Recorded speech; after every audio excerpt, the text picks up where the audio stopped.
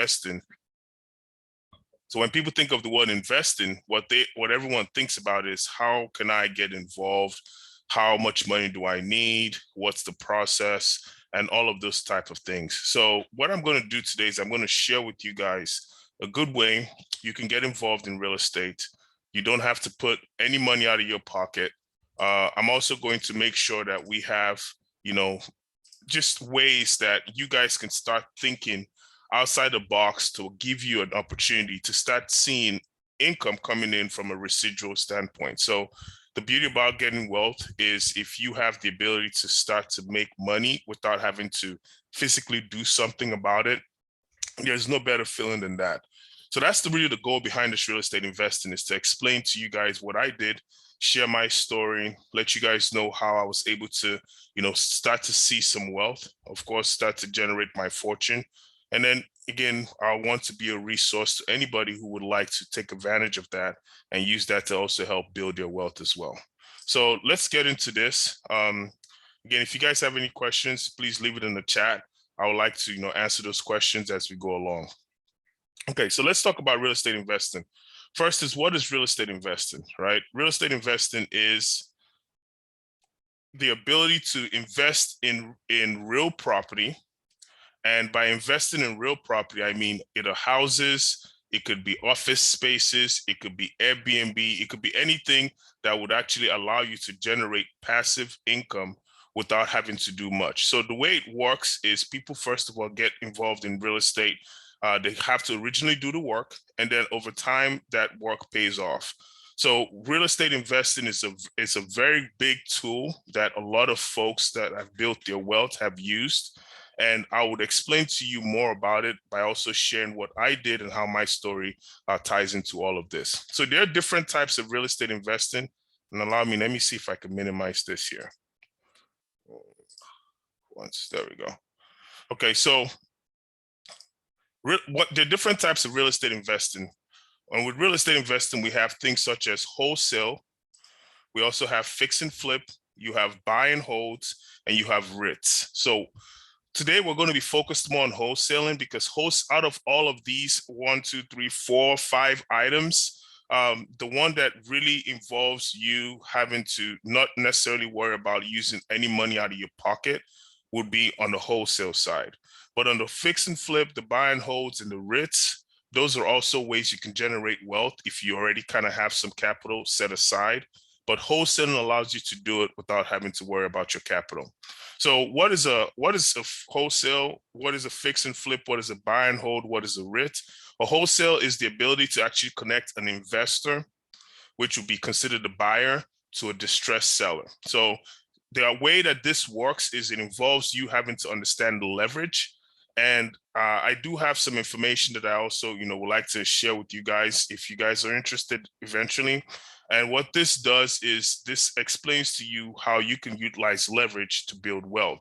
Leverage is very important when it comes to understanding real estate investing more than any other industry out there. So fix and flip is also utilizing the same strategies as wholesale, but what you're now doing is you're actually buying the property yourself.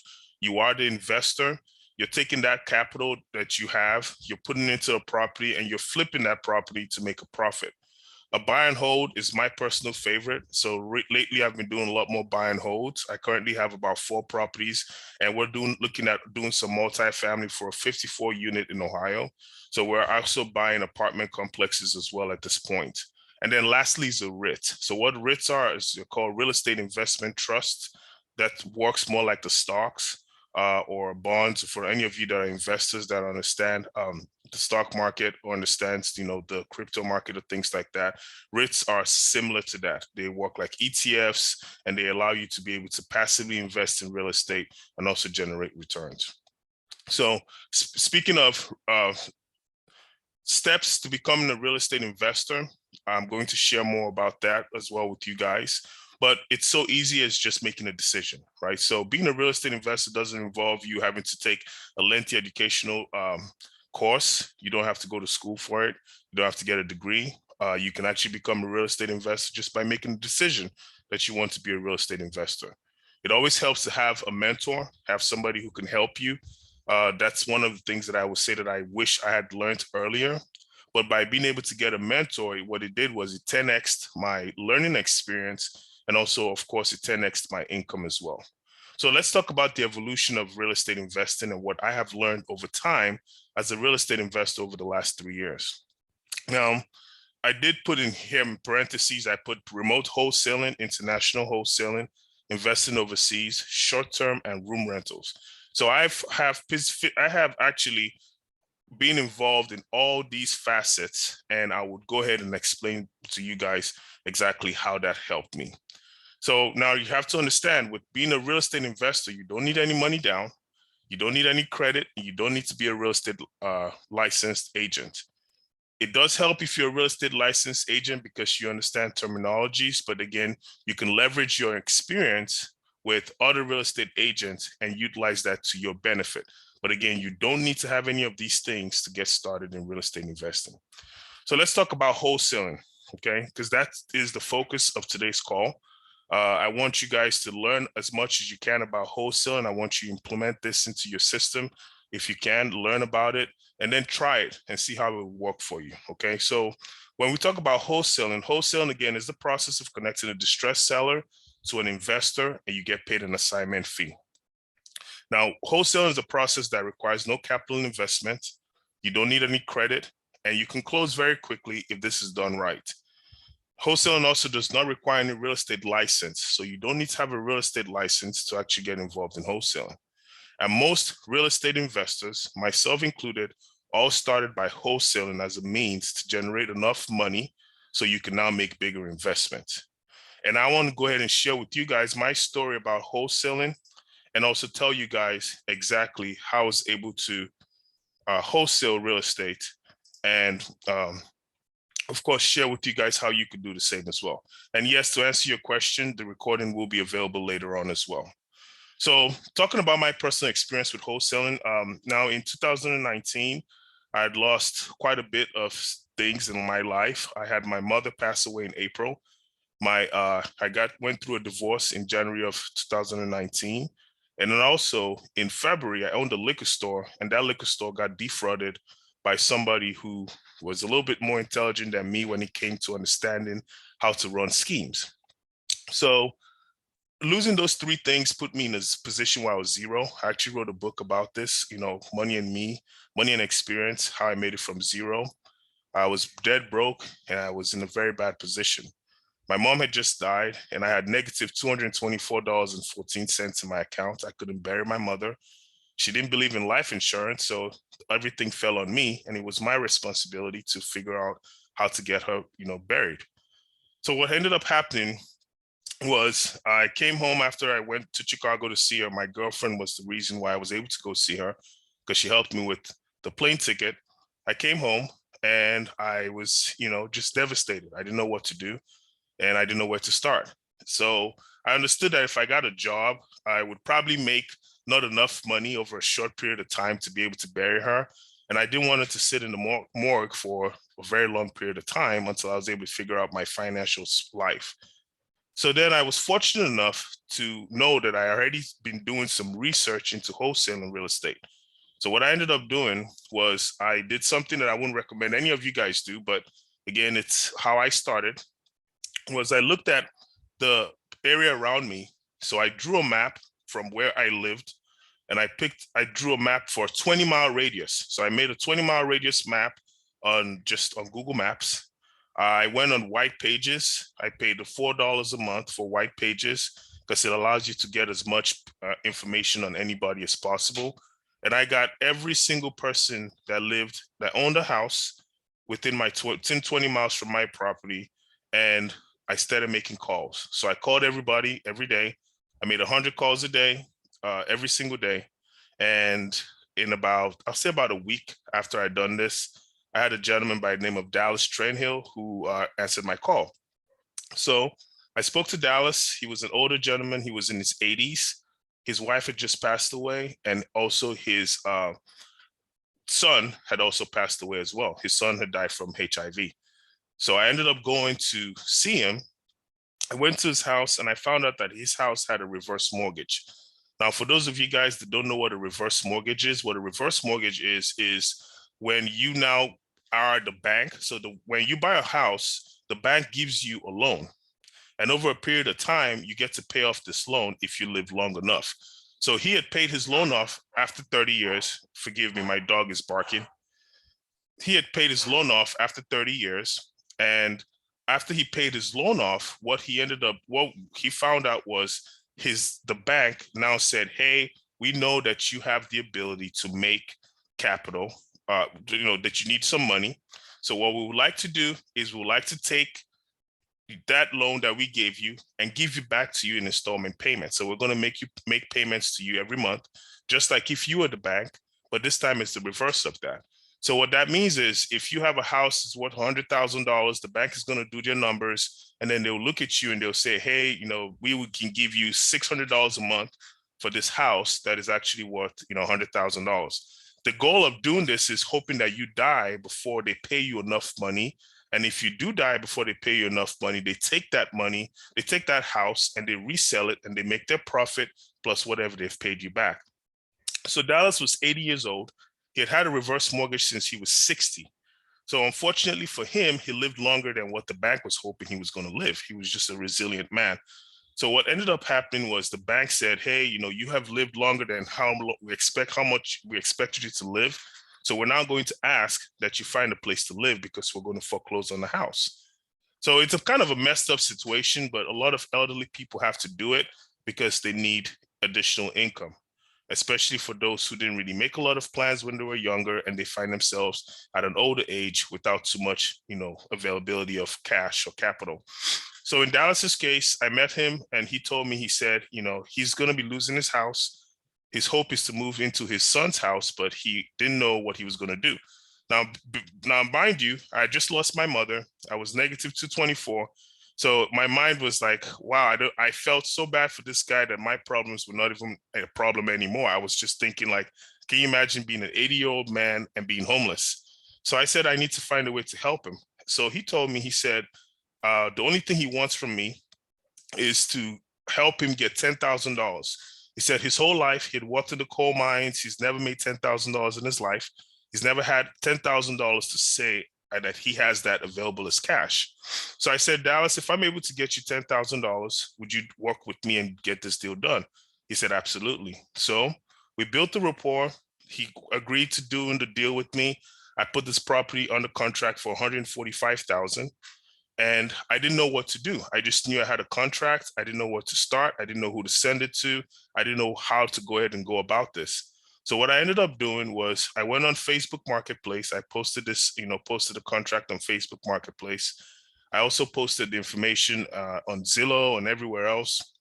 And people still reached out to me. So eventually somebody reached out to me and he said he was interested in buying the property. He was also a wholesaler as well.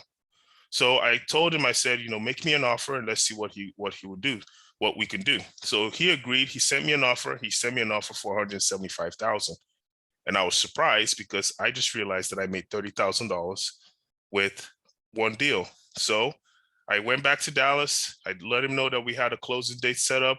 I made sure I helped him with paying for his moving costs. I got him all set up. He moved. I closed on the house. We paid off the reverse mortgage. He got $10,000 in his bank account, and I ended up with $30,000. And this happened very fast. So as of April 6th, my mom died. I had no money. As of middle of May, I was sitting on $30,000 in cash. So the beauty about this was the referral that I received from Dallas became his son's best friend had also had through the same strategy where their parents, this guy's parents also passed away and he needed help with the house to sell the house. And Dallas, of course, referred me and said, hey, this guy helped me so much. And I ended up helping this guy. I put his house on the contract for $200,000 and I resold this property for $245,000. I ended up getting $234 at the end because the wholesaler that I was working with figured out what I had the price of the property for. And he was like, man, I got to try and make some money from this guy. So that's fair. He made his money also on top of what he was going to make it anyway. And I ended up still making $35,000. So in a span of less than 6 weeks, it could have been maybe even less than that, I made a total of $65,000. And I don't think there was any job out there that would have paid me $65,000 in cash in less than 6 weeks. So what I'm trying to tell you guys is it's possible. Anybody can do this. Considering where I was in my life at the time, I was a lost young man. I mean, not necessarily young, but I was lost and I didn't really know anything. And I was able to kind of close 2 deals that changed my life. Now, over time, I found myself closing more deals. So when we talk about international wholesaling, I did a few deals, and then I did 1 deal in the Bahamas. I met a guy in Costa Rica when I traveled. Of course, I had some money now. I could travel. I could do things that I didn't think were possible. And I met a gentleman in Costa Rica. He owned a property in the Bahamas. We spoke. I went to the Bahamas. I got to see the property. It was a good property. I put it on a contract. It was a 12-unit property, and I made a 6-figure income, not income, sorry, but I made a 6-figure wholesale fee for selling that property. I also, in 2020, when a lot of people were going through the pandemic, we did something called remote wholesaling, where we pretty much put properties on the contracts. The sellers sent us the pictures. So we sent a list of what the seller had to send pictures of. We said, send us a picture of the living room, of your bathroom, of the bedrooms, send us a picture of the bathtub, of the closet. And then if there was a garage, send us a picture of the garage, and just stand outside and take a picture of the roof. So we can, not the roof, but, just a picture of the house from outside, so we can see what the roof looked like. And these folks would send a picture of the house this way, and we would close these deals, resell them. They call it sight unseen. So where you get to sell the house without the investor taking a look at it. And we sold a total of 13 deals in 2020 when everybody was at home with the pandemic. And me and my partner each made over $100,000 each in 2020 when there was a pandemic. So 2019 was a good year. 2020 was a great year. And 2021 was even a better year for us. So what I'm trying to say is, when it comes to wholesaling real estate, it's crucial for you to understand that the first thing is your mindset, right? So if your mindset believes that you can do it, then it's going to be something that you can do. And then once you understand the mindset, the next part is the education, right? Because you can go in and you can put a property on the contract and expect somebody to buy it, but there are things that you have to understand so you don't make mistakes. So now, talking about mistakes, I had a property that I put on a contract. It was actually a very expensive property. We had it on a contract for $5.5 million, and we tried flipping it. The value of this property was $10.7 million. So the goal was, we're going to try to flip it for $7 million was the goal. And we put about $145,000 in earnest money down. We spent about another $100,000 in creating plans, like putting the plans together so the property can look good when we sent it out to investors. And a long story short, out of this property, we ended up losing our $245,000 that we invested in this property, simply because we didn't understand that we were dealing with a much different beast. And we thought we'd done a few wholesale deals, and we thought we're pros at it.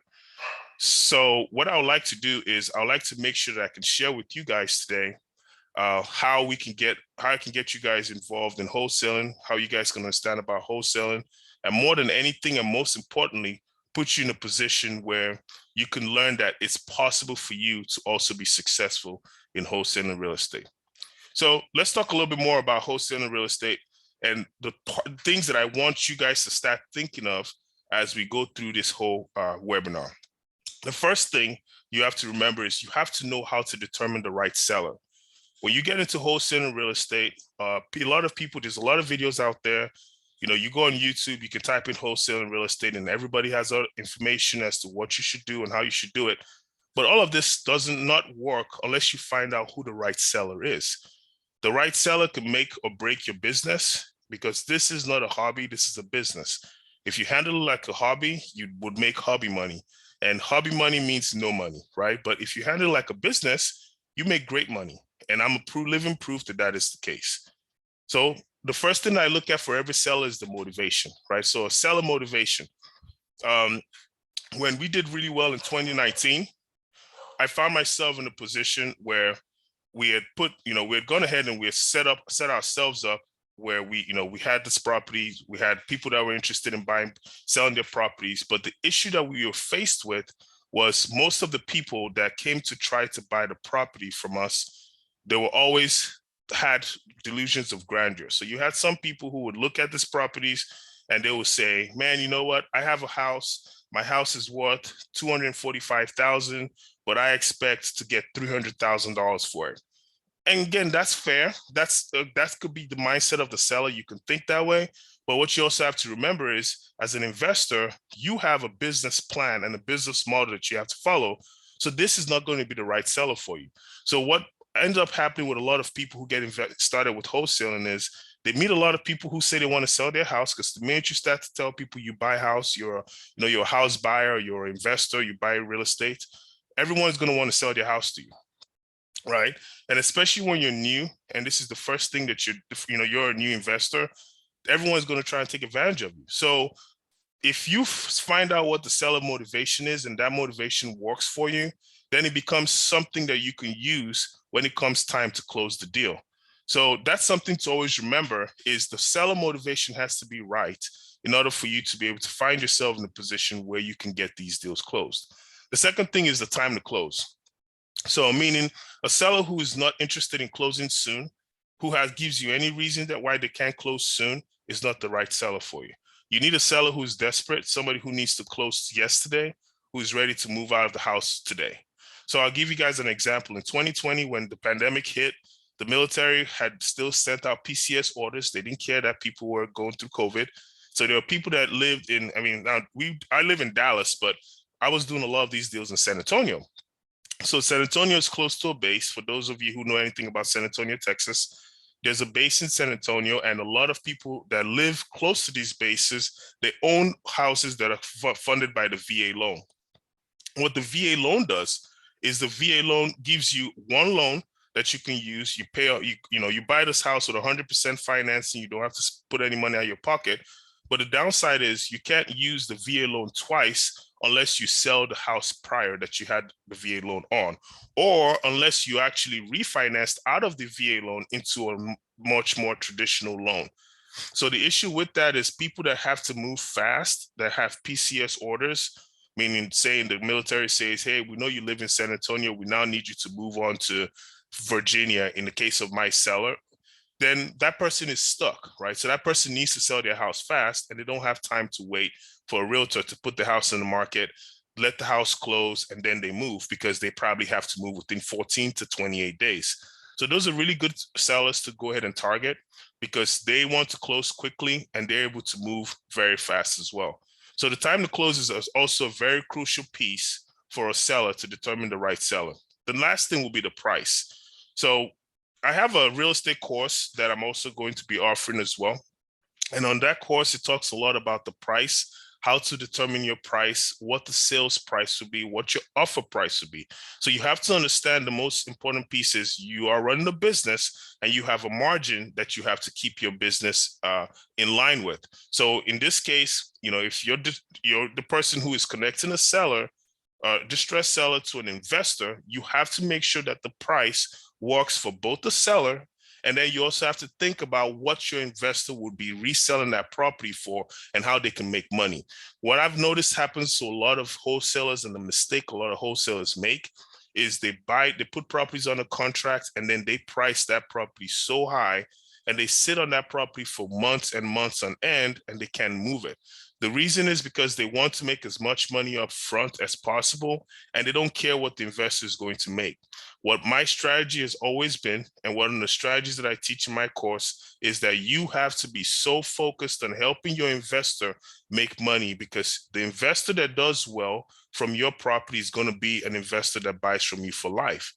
A lot of these models from businesses like New Western and all of these other companies out there, that's been a model that they focused on, is creating the price of the project so well put that the investor knows that, hey, the least amount of money I'm going to make when I walk out of this deal is within $15,000 to $30,000. If you're fortunate, they can make more. But for a new investor, that's a lot of money, and they don't mind doing that after they do their flip and they pay all the costs. So it's important to determine all of these things when you're working with a seller to make sure this is the right seller, and you're not wasting your time talking to somebody who's going to have you come to his house 10, 15 times only for you to end up with a contract that you can't move. So the next thing that I want to talk to you guys about is finding leads. I know I'm going a little quick. I'm trying to make sure that we stay within the timeline, but if you guys have any questions, please leave it in the chat. My goal will be to get to those questions at the end of this webinar. So talking about finding leads, the first thing I always talk to everybody, and this is also something included in my course, is I want you guys to always think about getting the low-hanging fruit. Low-hanging fruit is going to guarantee you success. I made the mistake of not understanding this. Like I told you guys earlier, my first problem was I made a map and I took it the hard way. Now I'm a believer in hard work, right? So because I believe in hard work, my thought process is work as hard as you can and do everything you can right now to try to get what you need. But that's not always the best way to approach things. So I look at low-hanging fruit, and low-hanging fruit means finding out the least path of resistance. In this case, a for sale by owner, or FSBO, is a very, very good process that you can use. My course talks about a strategy that I use when it comes to for sale by owners, because you have to remember, if somebody just posts their house on the market today, then that person is probably not going to be the right seller, because again, going back to the previous slide, that person has two things working against you, right? Which is their price is probably not going to be priced the way you want it. And then the second thing is their time, right? The time to close. They're probably open to letting this property sit on the market for a little longer. So you have to understand the strategy and the timelines to attack these sellers. I did a course with a gentleman who is, very smart guy. He taught me how to do something called Forex trading. And I use this towards my process as well, because it all works in the same thing. It's all investing, right? And that is understanding your sweet spot, right? They call it target zones in Forex trading. I call it the same thing. You have to find out what your target zones will be when you're dealing with finding the leads that would work for you. So you have to make sure that when you find the leads, you have to understand your target zone, so that person is the right seller for you. The second thing is use of a bird dog. Now, this is a very good one. This really helped me in my business. I was able to find people who wanted to make money.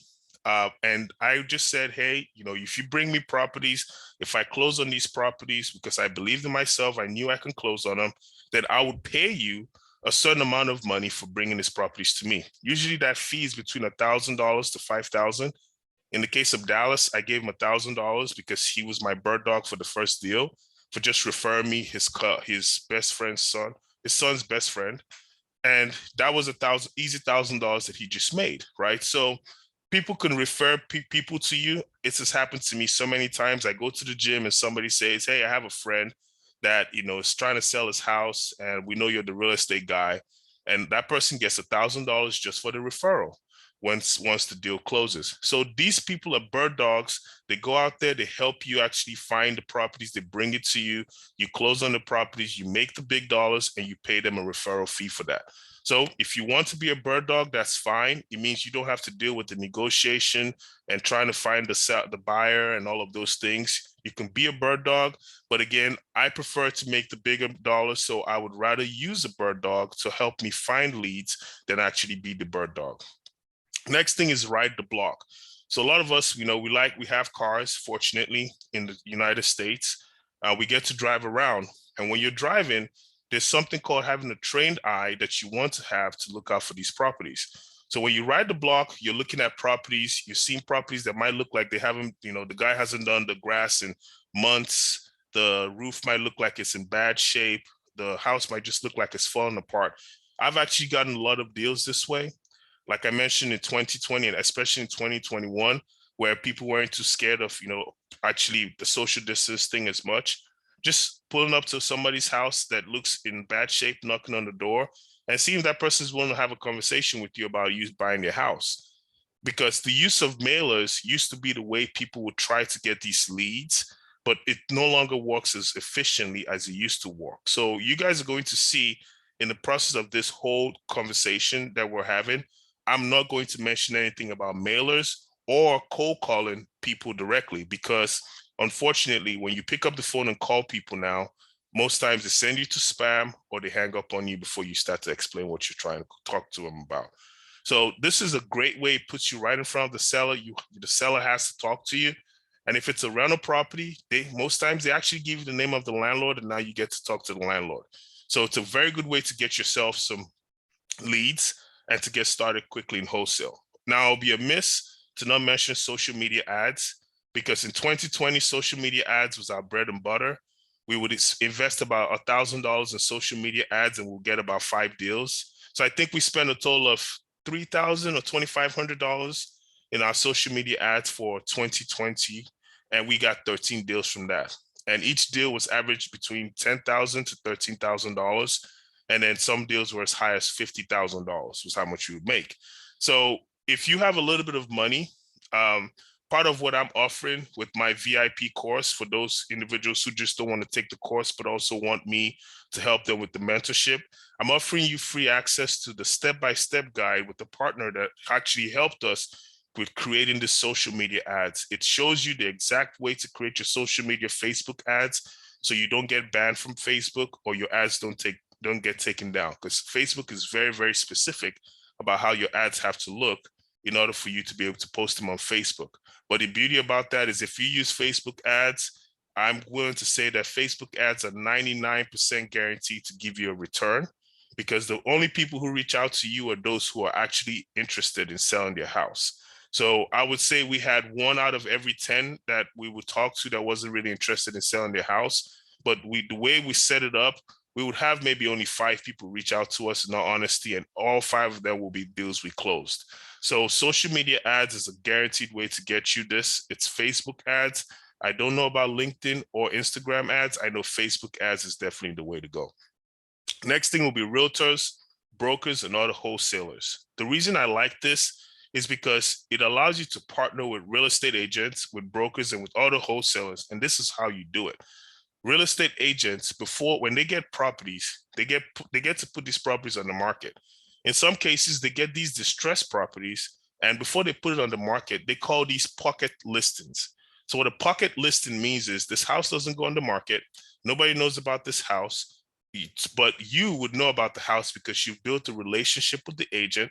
The agent will reach out to you and say, hey, in this case, Casey, I have a house. I had this agent that used to do that with me. Her name was Barbara. And Barbara would always reach out to me and say, hey, Casey, I have a house I'm about to post in the market tomorrow. I just wanted to see if you want to take a look at it. If you're interested in buying it, please buy it. That way I can just get my 6% commission. So the beauty about that is the agent gets to make 6% commission. They don't have to worry about how long the house stays in the market. I'm a cash buyer. I'm buying that house. I'm getting my investors to close on it in 14 days. So the agent is happy about that. Brokers and other wholesalers work the same way. For other wholesalers, though, the way it would work with you guys is you want to be able to leverage the relationship with you and the other wholesalers. So some wholesalers, when they price the deal, they keep a little bit of meat on the bone so somebody else can come behind them that might have a bigger buyers list and actually be able to sell that property. So when I closed my first 2 deals, I mentioned to you guys I didn't know anything about any buyers. I had no connections. The person that actually sold my deals for me was another wholesaler, but I kept enough meat on the bone. Yes, I made 30 and 35,000 individually on each deal, but he also made a minimum of $10,000 on each deal. So I don't know how much he resold it for. What I do know is I assigned the property to him at a price, and then he sold it for whatever he could sell it for because he had a much bigger buyers list than I did. So you can work with other wholesalers in the same capacity where you can go ahead and getting buyers list and use your buyers list as your leverage to help another wholesaler to close your deal, and you go ahead and you can make capital. There's also something called a JV, a joint venture. With a JV, it allows you to also work with a wholesaler. So a wholesaler that has a deal that they're finding difficulties with moving the deal, they can say, listen, this is what I have this property under contract for. I don't have enough of a reach. If you help me to sell this deal, we'll split the profit 50-50. That's how I got involved with my partner in 2020, and that's how we started doing a lot of deals. Next thing will be pre-foreclosure and tax liens. So pre-foreclosure is when a house is going to go on foreclosure. I go ahead and give you a lot more detailed explanation on this on my course, but the pre-foreclosure, what that also does, it helps you understand that there are properties out there that are going to be going on foreclosure, and the government, before the government would actually or not the government, in this case, the banks, will physically take over that property from the person who is losing their house. they have a list available. So those lists are available in the courthouse. This is public information. Any of you can go to the courthouse tomorrow, ask for the county records, tell them you're trying to get a pre-foreclosure list, and they will send you off to where the computers are, and you just have to make sure you have a pen and paper handy and write down the name, address, and phone numbers of the people who are on that pre-foreclosure list and start calling them yourselves. If the same thing works with tax liens, these are public information. You don't actually physically have to buy it. But some people, what they do is they actually go ahead and get this list together and they sell it for $100. So you can buy the list for $100 if you don't feel like doing the work, or you can go and physically do the work from, at the county courthouse and actually get the list for free. So these are things that you can leverage again for yourself as a way to make some good passive income. Bank REOs and short sale, I put this on here, but I'm not really a big fan of these two, simply because this involves cash infusion up front. So you would have to spend money to get involved in bank REOs and short sales. So I would always say, again, I started with the low-hanging fruit with the for sale by owners, the bird dog, the ride the block, and then I kind of slowly showed you guys other ways that you can get these leads that would allow you to be able to close on deals without having so much concern. So these are just a few ways you can find leads. There's so many more ways that I mentioned in the course as well, that I, of course, I go into more detail about how to find these leads and, of course, how to close these leads as well. Next, I want to talk to you guys about creating interest. It's very crucial to understand that when you're working with the seller is going to have a lot of people reaching out to them. So you're not the only wholesaler out there. There's probably, we buy houses it's a big phenom now. Everybody buys houses, right? When you go on, YouTube, everybody's a real estate investor. So what's going to set you apart is how you proposition your value to the seller. So remember, again, your seller is your biggest advocate, because with your seller, you want to have the relationship enough that allows you to make your money. Now, again, remember, I talked about leverage at the beginning of this call. I told you guys in my course, I say leverage maybe about 50 times. In real estate investing, all you have is leverage, especially when you talk about wholesaling, simply because your leverage position is your position in the contract. If you're the first person in contract position, the seller gets paid, then you must get paid before anybody else gets paid. So you want to understand how to leverage your position when you create interest by your value proposition. In the case of my first two deals, my value proposition was being, the person I was, myself, me and Dallas having a connection. Of course, the tragedy that happened in my life, unfortunately, was something that he also shared with me. So we both understood each other. And I was very honest with him as far as my financial position too. So he knew that I was somebody that, he could feel trust, and somebody who was willing to be honest and to do the best that I could do for him. I wasn't someone who was just trying to make as much money as possible and just take advantage of him. Okay, so that's also something that's very crucial when it comes to value proposition. You always have to remember to leverage that in your business. Now, the next thing too is when people buy or sell, they buy or sell to whom they like, they trust, and they connect with. So you always have to remember, when you're creating interest, again, back to what I said earlier with the Dallas situation, I wanted to make sure that I was somebody that they liked, I was someone that they trusted, and I was someone that they can connect with. So I was able to be very transparent about my life, so he could understand that I was also a human being, not some, person who pretended to be so wealthy that didn't really care if I bought his house or not. And then the most important part I have here is emotional closing. Again, I'm not saying go in and start crying in front of the seller. Please don't do that. But what I'm saying is look at it as building a bond, right? So the relationship you have with the seller should not just end the day you walk out of that house and you have the contract, or the day you walk out of the title company with your fat check. Your relationship with the seller could help you get many more deals, because if you have an emotional bond with the seller, then whenever somebody else asks them, like in Dallas's case, when somebody said, "Hey, how were you able to sell your house so fast?" Right? He's like, Casey helped me, or like when I'm at the gym and somebody's like, "Oh man, I need this Casey, the real estate guy," right? Then there's an emotional connection to that. So it allows me to always remember to just not look at this deal as another transaction, but as a relationship that I'm going to cultivate for a long time. So the next thing I want to talk to you guys about, and this is the most crucial part when it comes to wholesaling, is understanding the math, right? When it comes to wholesaling, this is your bread and butter. If you know anything about the math in wholesaling, you're going to make money. If you don't pay attention to the math, I can rest assure you, you're going to get so frustrated, you're going to quit, you're going to do what half of the people did.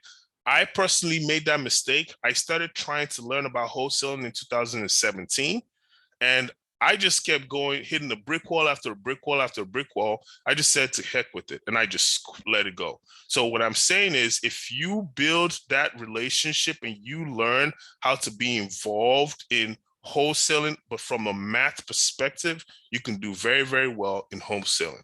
So part of the things that I talk about in my course is a couple of things. One is how to determine your offer price. I make sure that I give you guys a detailed explanation as to how to get that offer price, because when you know how to get your offer price, then you know exactly how you're going to make your profit margin. In order for you to determine how to get your offer price, you have to know how to calculate comps. So an assignment that I have for everyone, and it's going to be a free assignment I'm going to give you guys today, is to figure out what an area that you live in, look at the comps of that area, and try to see what those houses in that market is selling for. So my course gives a much more in-depth explanation as to how to do that. But again, it allows you to start to practice, because again, when you practice, this becomes an easier process when it comes time to discuss with a seller. And then of course, it comes time to make an offer in the property. The second piece that I've shown you guys here is your sale price. Your sale price, again, it goes back to what I said earlier. You have to have a relationship that you understand that the investor has to make money. If you know this is how much the investor is going to make, then you know what you can sell the house for. Let me give you an example. If you have a house that is worth $100,000 that you're buying for $50,000, but it needs $10,000 of repairs, that investor only is going to make $40,000. Well, what you also need to remember is the investor is going to have to pay $10,000 for the repairs. The investor is also probably going to have an interest charge that they have to pay from whoever is going to give them the loan to purchase that house from you. So that interest, you want to also make sure you're aware as how to include that interest in the loan, that in the cost of your sale price. The next thing you also want to think about with your investor is your investor might not be a real estate agent. So your investor is going to need to pay a realtor 6%, which is $6,000 just to sell this $100,000 house. So by the time you look at all those numbers, you're looking at $40,000, you're looking at $10,000 for the repairs, you're looking at the $6,000 that the investor is paying the realtor. And then you're also thinking of the maybe $10,000, if it's a 10% interest rate, you're looking at another $10,000 for interest. You are now looking at a position where you can't sell this house to this investor for $70,000 because there is no room available for him to make any money. So that's how you have to be able to think, because if you think for your investor, you would always have somebody to buy your deals. If you don't think for your investor, then what happens is they might buy the first deal from you if you're smart enough to know how to position yourself, but that would probably be the last deal that you ever sell.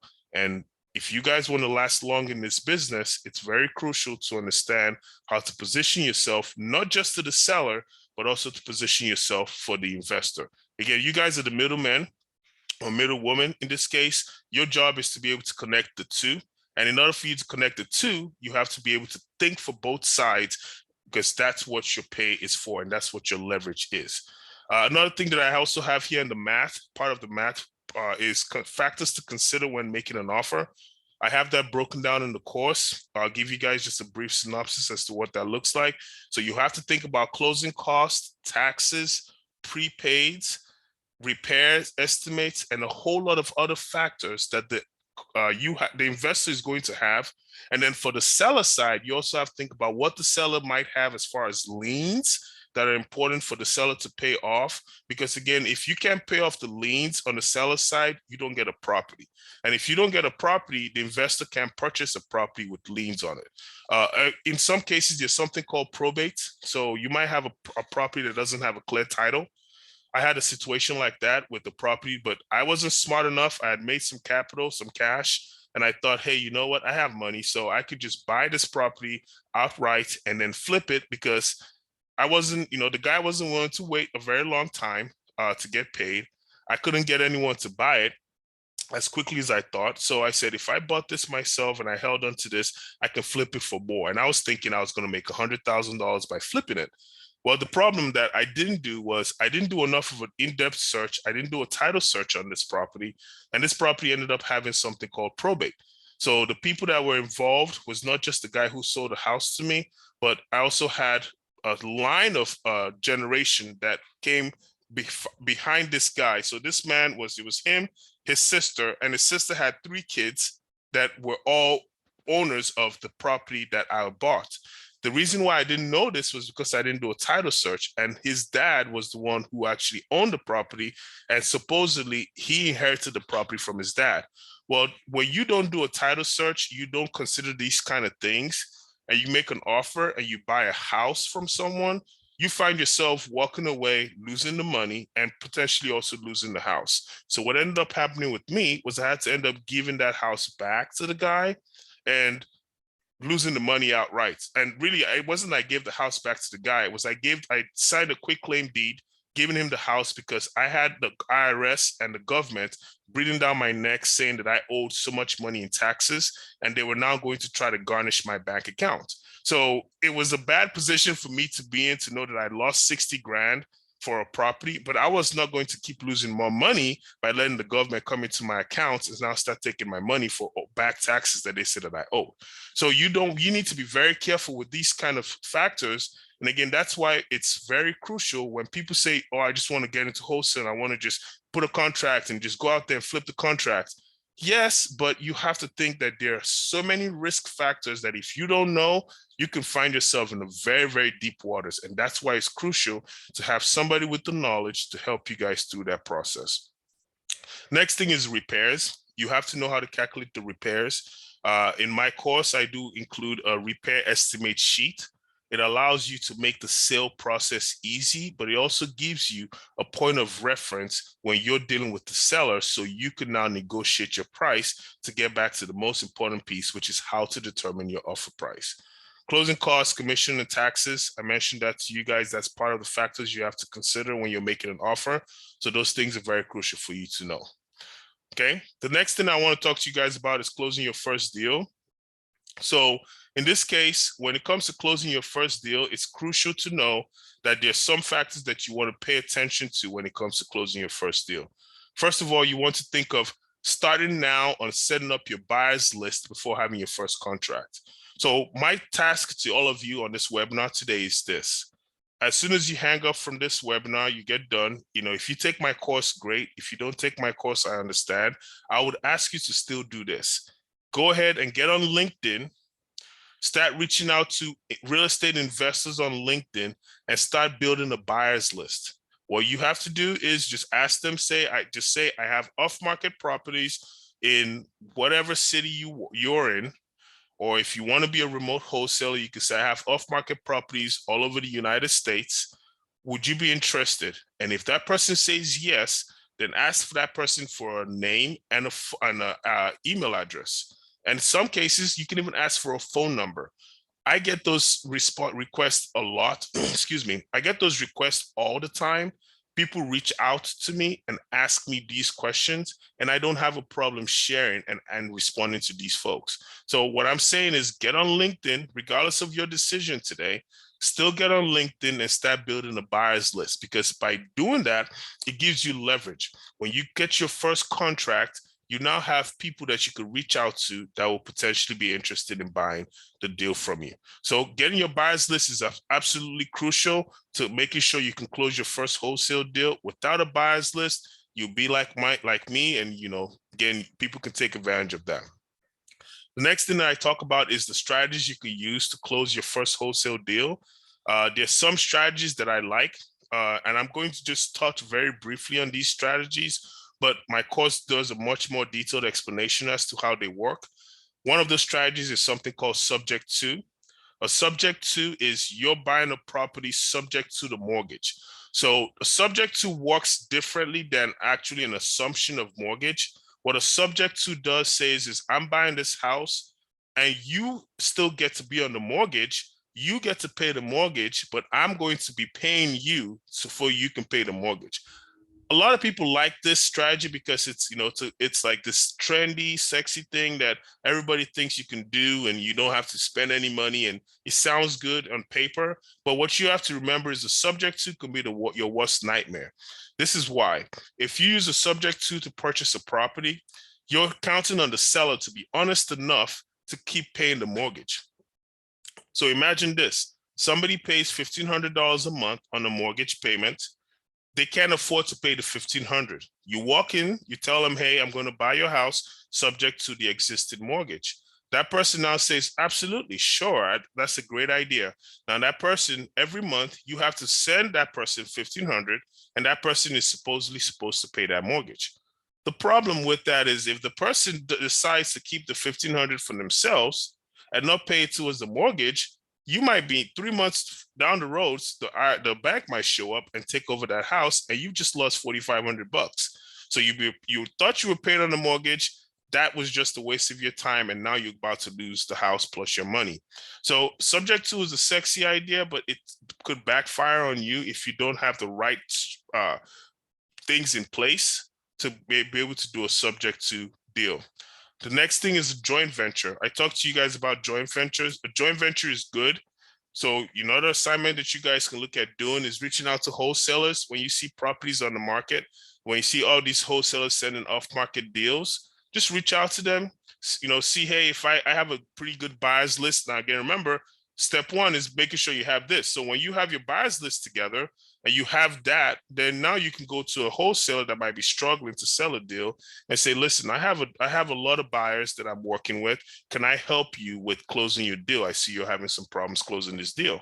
And if it's somebody who really wants to close the deal, that person is going to be willing to jump on it. So you can utilize joint venture as a way to be able to close your deal. Next one is cash offers. With cash offers, the key thing you have to take out of this one, without going too much into the weeds, is you now are a cash buyer.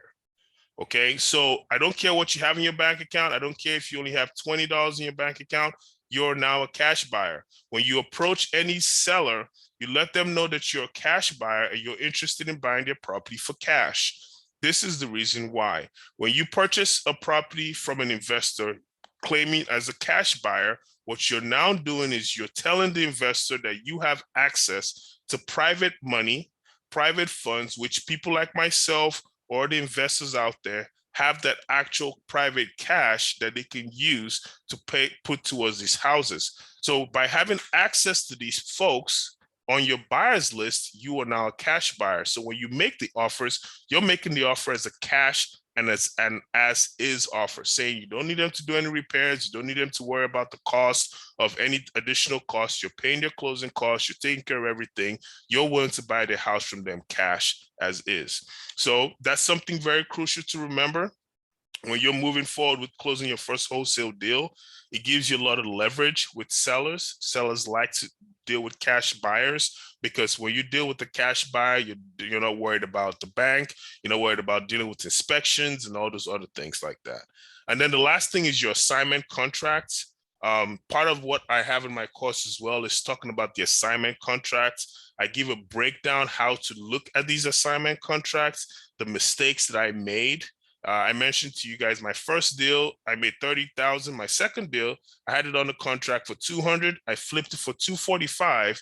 Well, the problem was I only ended up getting $34,000 out of that $45,000 because I didn't understand how assignment contracts work. So when you know how assignment contracts work, it doesn't cost you $11,000 as a learning experience. $11,000 could be a lot of money and it can hurt people if you don't do it right.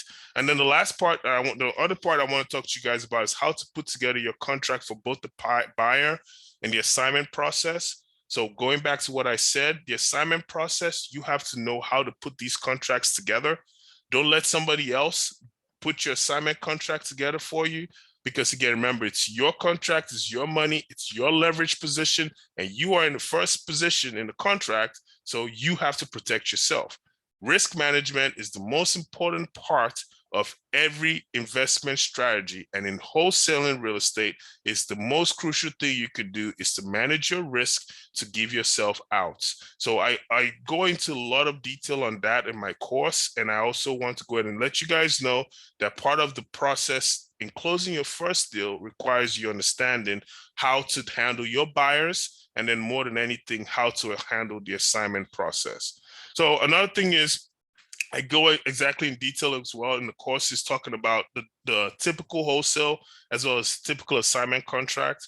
I know I'm beating this contract thing over you guys' head, and there's the reason I'm doing that is because, again, in order for you to make money, the only reason you would do this is not because it's a hobby, but because it's a business. And in order for it to be a business, you have to know how to handle your position. So wholesaling real estate, the reason why it involves no capital and no credit is because the most important factor is leverage. So your leverage is your contracts. When you understand how important that is, you can make a ton of money. If you don't understand how important that is, you can be like the rest of everybody else that says they want to be real estate investors and they try their hands at it a couple of times and then they quit. But if you want to be successful at this, you have to understand leverage and you have to understand your contracts, because when that piece of paper might look like nothing, right? But that's all the money you can imagine yourself making. Like I mentioned, we had a Bahamas deal that netted us 6 figures. All we did was contract. That's all we did. We didn't put any money. We didn't put anything else. I put $1,000 towards it, but I don't consider that anything, right? That was the earnest money that I put in that I got back. So everything else was just a piece of paper and leveraging that piece of paper so somebody else can come in and buy that piece of paper from me for hundreds of thousands of dollars, and I get a net figure of 6 figures on that. And this is in a different country that I've only been to one time, that I would probably not go again unless, I want to take a vacation there. So you can use just having the contract and understanding the contract to get yourself very wealthy. Or if you choose to take the easy way out and not learn the contract, you can lose a lot of money from that. So again, please, please, please, if there's anything you take out of this webinar today, is to think about leverage. Always remember, your position is how you leverage yourself and your contracts to get yourself paid. The title companies, the real estate agents, everybody else would understand that you are in the first position. So no matter what happens, you are getting paid before anybody else gets paid. The seller gets paid first because it's their property. Then you get paid second before anybody else gets anything out of this deal. So you have to understand how this works. When you do, you can get very wealthy from it. If you don't, you will probably quit. Then another thing I want to talk to you guys about too is the mistakes to avoid when dealing with investors as well as other wholesalers. I had a lot of pain that I had to deal with, and I call those growing pains.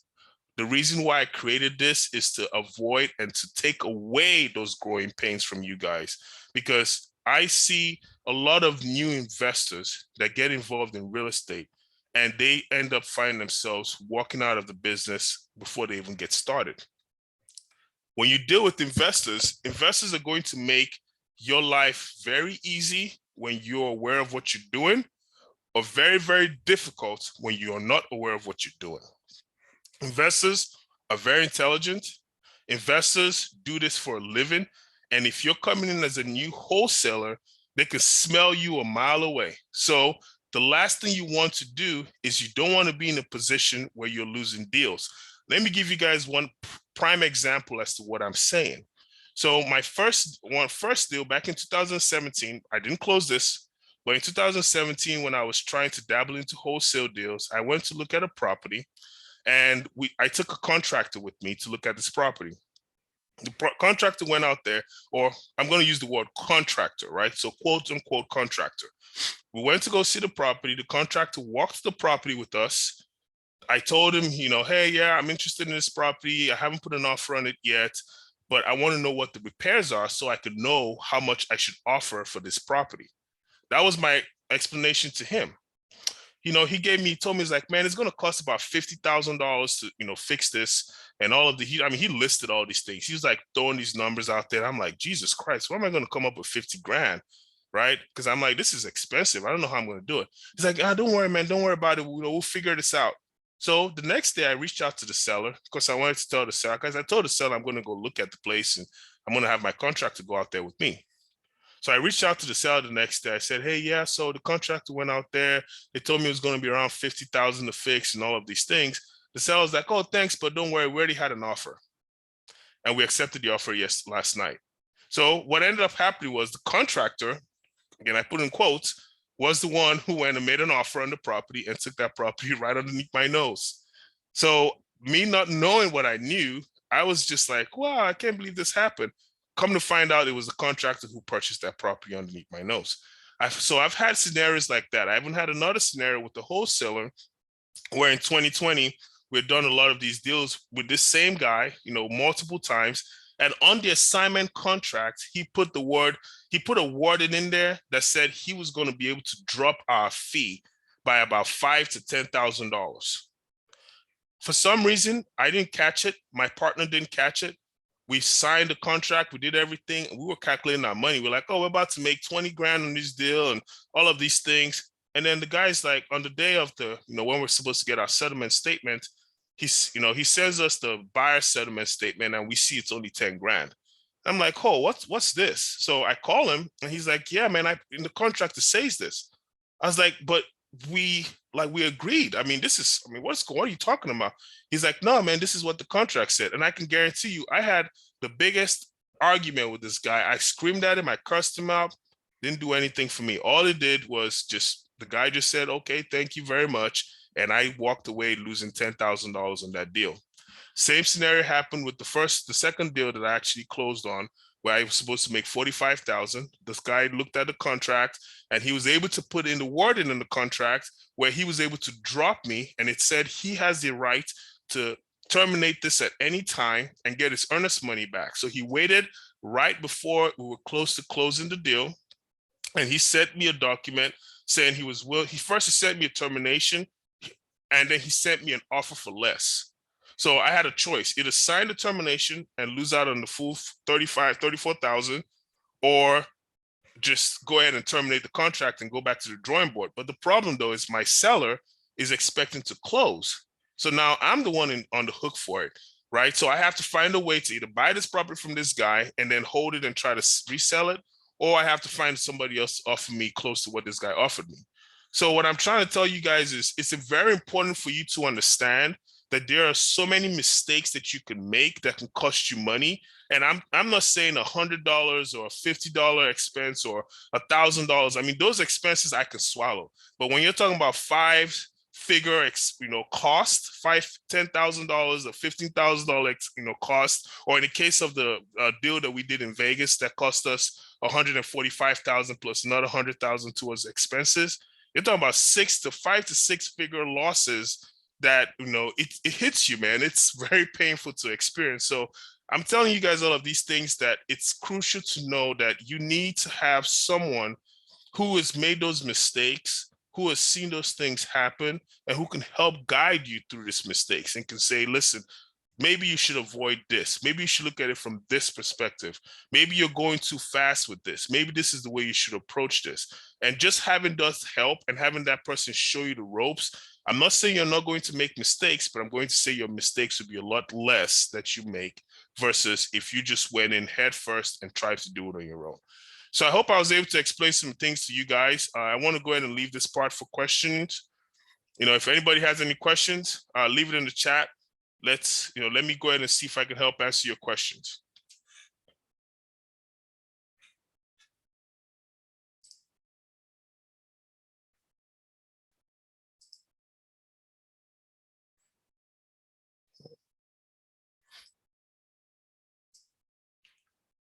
Okay.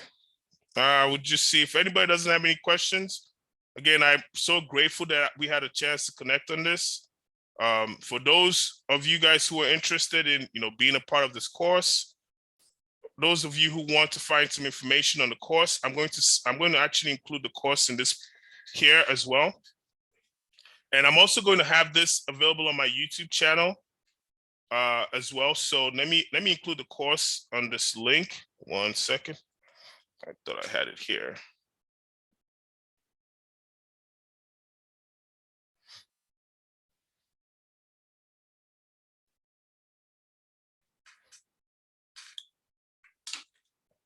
And yes, okay. Oh, no problem. No problem. I understand. I have the recording. So what I'll do is I'll try to send you guys out the recording as well. It should be available on both my YouTube channel as well as on the, I should also be available to everybody who's registered for this webinar. But let me put this course up for you guys to see, okay?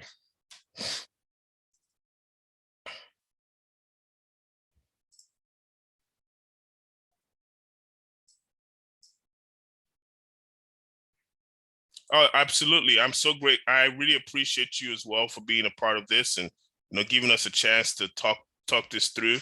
Again, the goal is just to help those who are interested.